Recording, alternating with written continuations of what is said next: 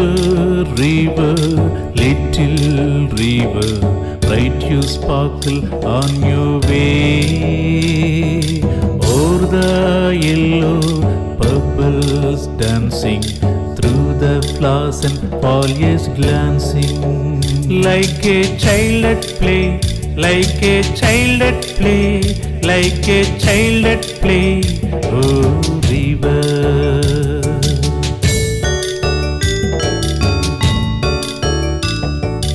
River, river, swelling river, on you rush through rough and smooth. Louder, faster, brawling, leaping, over rocks by rose banks sweeping.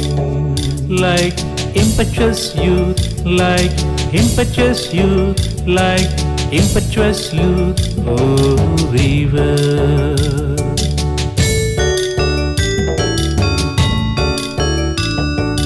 River, river, brimming river, broad and deep and still as time, seeming still yet still in motion, tending onward to the ocean. Just like mortal prime, just like mortal prime, just like mortal prime, oh river.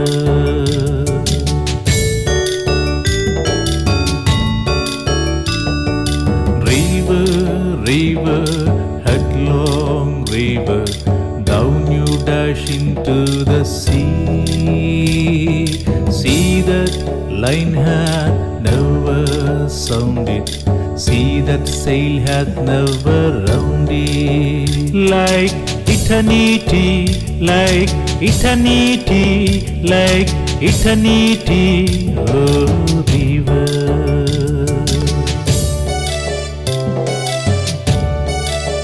આજે આપણે ધોરણ 9માં અંગ્રેજી વિષયમાં poem 1 કે જેનું નામ છે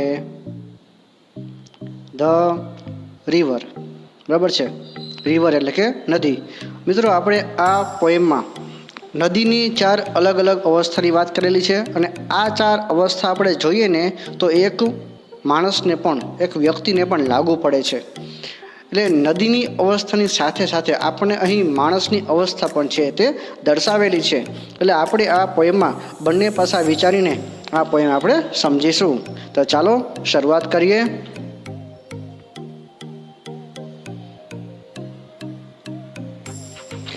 river, river, little river એટલે કે નદી, નદી, નાનકડી નદી. લિટલ એટલે કે નાનકડી. Bright you sparkle on your way, તું તારા રસ્તા પર આનંદથી ચમકતી જાય છે. તો અહીંયા બ્રાઇટ એટલે કે આનંદથી અને સ્પાર્કલ એટલે કે ચમકવું. મિત્રો, જો પોએમમાં શબ્દોની છૂટછાટ હોય છે એટલે અહીં કવિ છે એ શબ્દોનો ઉપયોગ કરીને અહીંયા બ્રાઇટનો જે ઉપયોગ કરેલો છે તે આનંદ માટેનો કરેલો છે અને સ્પાર્કલ એટલે કે ચમકવું. કે નદી છે, નાનકડી નદી છે, એ સૌથી પહેલાં તો કે આનંદથી ચમકતી જાય છે. Over the yellow pebbles dancing, પીળા કાંકરા પર તું નાચતી જાય છે. અહીંયા યેલો એટલે કે પીળા અને પેબલ્સ એટલે કે કાંકરા એટલે કે નાના નાના પથ્થરો, અને ડાન્સિંગ એટલે કે નાચતી જાય છે. પીળા કાંકરા પર તું નાચતી જાય છે. Through the flowers and foliage ગ્લાન્સિંગ,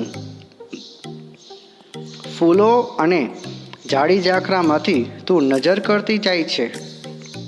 એટલે કે નદી છે એનું શરૂઆતનું જે સ્વરૂપ છે કે નદી શરૂઆતમાં કેવી હોય છે તો કે ફૂલો અને ઝાડી ઝાંખરામાંથી તું નજર કરતી જાય છે, કે એમાંથી તું પસાર થઈ જાય છે. Like a child at play, જાણે કોઈ રમતું બાળક. તો મિત્રો, આ છે નદીનો પહેલો તબક્કો. આ નદીના પહેલા તબક્કામાં તમે જોશો તો આ પહેલા તબક્કામાં આ નદીને એક બાળક સાથે સરખાવેલી છે. માનવ જીવનના પણ 4 ભાગ પડેલા હોય છે: બાળપણ, યુવાનવસ્થા, પછી પ્રૌઢાવસ્થા અને વૃદ્ધાવસ્થા. એમાં સૌથી પહેલાં આ નદીનું જે પહેલું જે સ્વરૂપ છે એનું કે એને બાળપણ સાથે સરખાવેલું છે. નદી છે તે નાનકડી છે અને નાના હોઈએ ત્યારે સ્વાભાવિક છે માત્ર આનંદ અને આનંદ જ હોય, એટલે આનંદમાં જ ચમકવાનો હોય છે. પીળા કાંકરા પર તો નાચતી જાય છે. તો નાના બાળકો હોય ને એ કોઈ પણ જાતની પરિસ્થિતિ જોતા નથી, જેમ મન પડે તેમ રમતા હોય છે. એના જીવનમાં આવી નાની નાની અડચણો આવે તો પણ તે ધ્યાનમાં લેતા નથી. અને નદી છે એ પણ પીળા કાંકરા પર ઝડપથી નાચતી જતી રહે છે. Through the flowers and foliage glancing. Foliage એટલે થાય જાડી ઝાખરા. થ્રુ એટલે માંથી.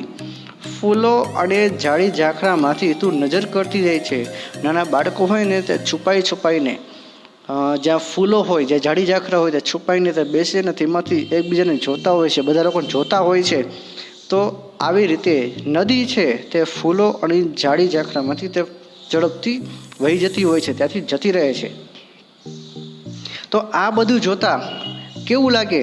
તો આ એક લાગે છે જાણે કોઈ રમતું બાળક હોય ને એનું વર્તન આવું આપણને જોવા મળે છે.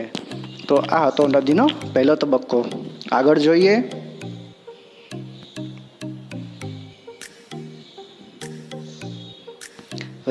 River swelling river. નદી ઉછળતી નદી. સ્વેલિંગ એટલે કે ઉછળતી. ઓન યુ રસ થ્રુ રફ એન્ડ સ્મૂથ. લીસા અને ખરબચડા રસ્તા પર તું દોડતી જાય છે. હવે જો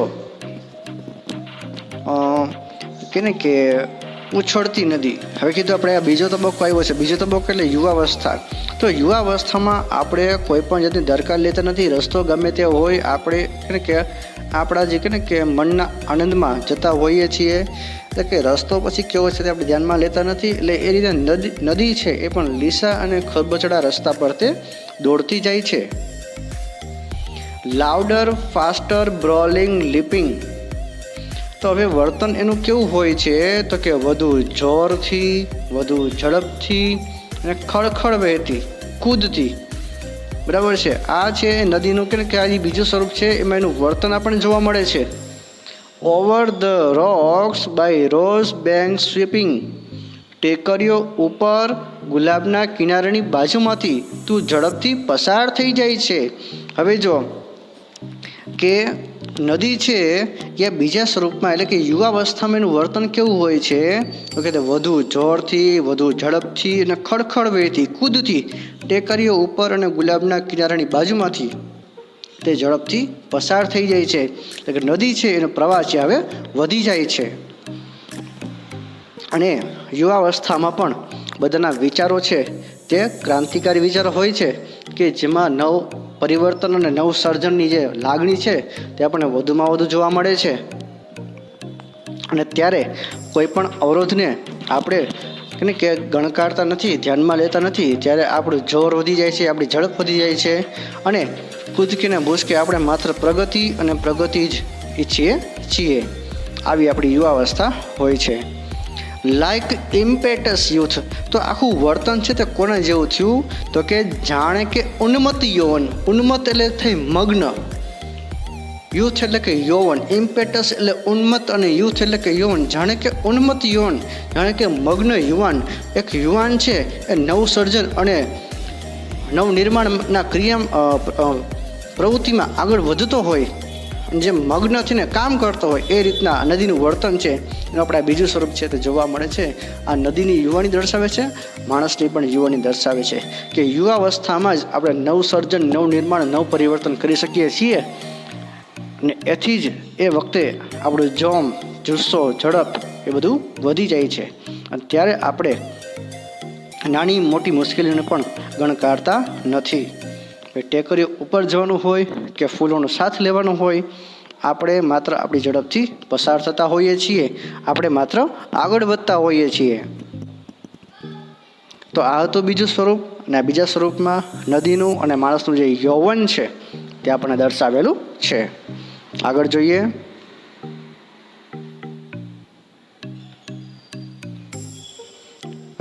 રિવર બ્રીમિંગ રિવર. નદી છલકાતી નદી. બ્રીમિંગ એટલે કે છલકાતી. હવે આવે છે ત્રીજો તબક્કો, કે જે ત્રીજો તબક્કો જેને આપણે કહીએ છીએ પ્રૌઢાવસ્થા. એટલે કે આપણે છે ને એકદમ સમજુ થઈ ગયા છીએ, આપણે ઘડાઈ ગયા છીએ, બરાબર છે. બાળપણમાં મોજ કરી લીધી, યુવાનીના અનુભવ લઈ લીધા, અને હવે આપણે એક સમજુ થઈ ગયા છીએ, અને હવે આપણે કોઈકને માર્ગદર્શક આપી શકીએ એવા આપણે ઘડાઈ ગયા છીએ. તો હવે વર્તન કેવું છે? તો કે હવે વર્તન છે છલકાતું. આપણે કહે કે આજે પ્રૌઢાવસ્થામાં આપણી પાસે જ્ઞાન ઘણું બધું હોય, તો આપણે આ જ્ઞાન છે તે છલકાતું હોય, એ જ્ઞાન છે તે વહેંચવાનું હોય. Broad and deep and steel as time, વિશાળ અને ઊંડી અને સમય જેવી સ્થિર. તો નદી કેવી હોય છે? તો કે બ્રોડ એટલે કે વિશાળ, ડીપ એટલે કે ઊંડી, અને સ્ટીલ એઝ ટાઈમ. અહીંયા સ્ટીલ એટલે કે સ્થિર. સ્થિર કોના જેવી? તો સમય જેવી. સમય જેમ સતત જતો રહે છે તે રીતે આ નદી છે એ સતત વહેતી રહે છે, બરાબર છે. સ્થિર એ અર્થમાં સ્થિર નહીં કે તે નદી છે તે ઊભી રહી ગઈ છે. આ સ્થિર એટલે કે તેની ગતિ છે તે સતત જેવી છે. Swimming steel yet still in motion, બરાબર છે. વધુ સ્પષ્ટ ચોખવટ કરેલી છે કે સ્થિર લાગતી હોય તેમ છતાં તે ગતિમાં વહેતી હોય છે. નદીને આપણે જોઈએ ઘણી વાર થાય કે નદી એકદમ શાંત છે, નદી એકદમ શાંત દેખાય છે, પણ એ શાંત નદી, એ જે શાંત સપાટી છે, એ શાંત સપાટીની નીચે નદીનું વહેણ છે તે સતત વહેતું હોય છે. તો આ રીતના પ્રૌઢાવસ્થામાં માણસ છે તે આપણને સ્થિર લાગે, પણ એ સ્થિરતાની નીચે એનું જે જ્ઞાન છે, એની જે ગતિ છે તે સતત ક્રિયામાં હોય છે. Tending onwards to the ocean, એટલે કે મહાસાગર તરફ આગળ વધતી જાય છે. ઓશન એટલે કે મહાસાગર, અને ટેન્ડિંગ એટલે કે આગળ વધવું, મહાસાગર તરફ તે આગળ વધતી જાય છે. મિત્રો, તમને ખ્યાલ હશે કે બધી નદીઓ છે તે એક સમયે સમુદ્રમાં ભળી જાય છે. બધી તો ન કહી શકાય, પણ મોટા ભાગની જે નદીઓ છે ને, જે મોટી મોટી નદીઓ છે તે સમુદ્રમાં ભળી જાય છે. નદી છે તે સમુદ્ર તરફ આગળ વધતી જાય છે. તો આ રીતે આ જે સમુદ્ર છે, સમુદ્ર એટલે આપણે જે વિશાળ જ્ઞાન છે. હવે આપણે જે કે હવે પછીનું જે ચરણ આવશે, બરાબર છે, કે આપણે જ્યારે ઈશ્વરની અનુભૂતિએ પહોંચવાનું છે, ઈશ્વરનો સાક્ષાત્કાર કરવાનો છે, એ જગ્યાએ આપણે કે આગળ વધવાનું છે. જસ્ટ લાઈક મોર્ટલ પ્રાઇમ, માણસના શ્રેષ્ઠ સમયની જેમ. તો આ સમયગાળો કેવો છે? તો આ સમયગાળો છે માણસનો શ્રેષ્ઠ સમય. કેમ? તો કે પ્રૌઢાવસ્થામાં માણસ છે તે અનુભવથી ઘડાઈ ગયો હોય છે. તે પોતાના અનુભવથી જ પોતાનું જીવન ગુજારતો હોય છે. સાથોસાથ તેના જે સંતાનો છે તેને એના સિદ્ધાંતોની, તેના કે મૂલ્યોની, સંસ્કૃતિની બધી વાત છે તે કરે છે. અને પ્રૌઢાવસ્થા છે કે જે અનુભવથી સિદ્ધ થયેલો સમય છે, એમાં તે એક માર્ગદર્શક બની રહે છે. અને માણસ જીવનનો આ સૌથી શ્રેષ્ઠ સમય છે તે માનવામાં આવે છે. બાળપણની મોજ, યુવાનીના અનુભવ, એ બંને મળીને પ્રૌઢાવસ્થા છે તે માણસનો શ્રેષ્ઠ સમય છે તે બનાવે છે. આ પ્રૌઢાવસ્થા એ અહીંયા પૂરી થઈ. હવે અંતિમ અવસ્થામાં એટલે કે વૃદ્ધાવસ્થામાં જઈએ તો શું થાય છે ત્યાં ચાલો જોઈએ. રિવર રિવર હેડલોંગ રિવર, નદી નદી ઉતાવળી નદી. જો અહીંયા હેડલોંગ, હેડલોંગ એટલે કે ઉતાવળી. હવે જે અંતે છે પ્રૌઢાવસ્થા પછી છે વૃદ્ધાવસ્થા. તો વૃદ્ધાવસ્થા અને બાલ્યાવસ્થા બે સરખું કહેવાય છે, એવું આપણે સાંભળીએ છીએ કે નાના બાળકો અને વૃદ્ધો બંને સરખા કહેવાય. Down you dash in to the sea, તો નીચે સમુદ્રમાં સમાઈ જાય છે. મેં અગાઉ કીધું એમ કે મોટા ભાગની નદીઓ છે તે અંતે સમુદ્રમાં સમાઈ જાય છે. એટલે અંતે આપણે ઈશ્વરમાં ભળી જવાનું છે, એવી અહીંયા વાત આપણને કહે છે કે આપણું જે આપણે જીવન આપણે એક નદી જેવું છે. કે નદી કેમ શરૂઆતથી બાળપણ, યુવાની, કારણ કે પ્રૌઢાવસ્થાને હવે પહોંચીએ છીએ આપણે વૃદ્ધાવસ્થા. તો એ વૃદ્ધાવસ્થાને અંતે આપણે છેલ્લે ભળી જવાનું છે ઈશ્વરમાં. નદી છે એ નદી સમુદ્રમાં છે સમાઈ જાય છે. સી ધેટ લાઇન હેથ નેવર સાઉન્ડેડ, અને આ દરિયો કે જેની ઊંડાઈ અમાપ છે, સ્વાભાવિક છે આ દરિયો છે, દરિયાની ઊંડાઈ હજી સુધી કોઈ માપી શક્યું નથી, દરિયાની લંબાઈ છે કોઈ માપી શક્યું નથી. પણ અહીંયા કહેવાનું એમ થાય કે આપણે જ્યારે અંતે પ્રભુને, ઈશ્વરને મળવાનું છે, ઈશ્વરરૂપી જે જ્ઞાનનો સાગર છે એમાં જે મળવાનું છે, તો એનું ઊંડાઈ એનું જ્ઞાન તો અમાપ છે, તો માપી શક્યું નથી કોઈ. See that sail hath never rounded, એટલે કે આ દરિયો છે તે નિરંતર પ્રવાસ કરતો રહે છે, એટલે કે ઈશ્વરનું જ્ઞાન છે તે સતત વહેતું રહે છે. અને આ જે દરિયો છે તે ક્યારેય સ્થિર રહેતો નથી. ઈશ્વરનું જ્ઞાન છે તે એક યા બીજા સ્વરૂપે આપણને મળતું રહે છે. અને અંતે આપણે આ સમુદ્રમાં જ આપણે ઈશ્વરના મહાસાગરમાં, ઈશ્વરના જ્ઞાનના સાગરમાં આપણે પડી જવાનું છે. આપણું અંતિમ સત્ય છે. તો હવે આ વર્તન કેવું હતું? લાઈક એટર્નિટી, જાણે કે અનંતકાળ. એટર્નિટી એટલે અનંતકાળ. અનંતકાળ એટલે શું? તો કે સતત કામ કરતું રહેવું. આપણે એવું સાંભળતા હોઈએ છીએ કે માણસને 84 લાખ જન્મો લેવાના હોય છે. તો 84 લાખ જન્મો લેવા એ જરૂરી નથી હોતા. આપણે માત્ર ભગવાનનું કાર્ય કરીએ તો આપણને ભગવાનના કાર્યથી જ મુક્તિ મળી જાય છે.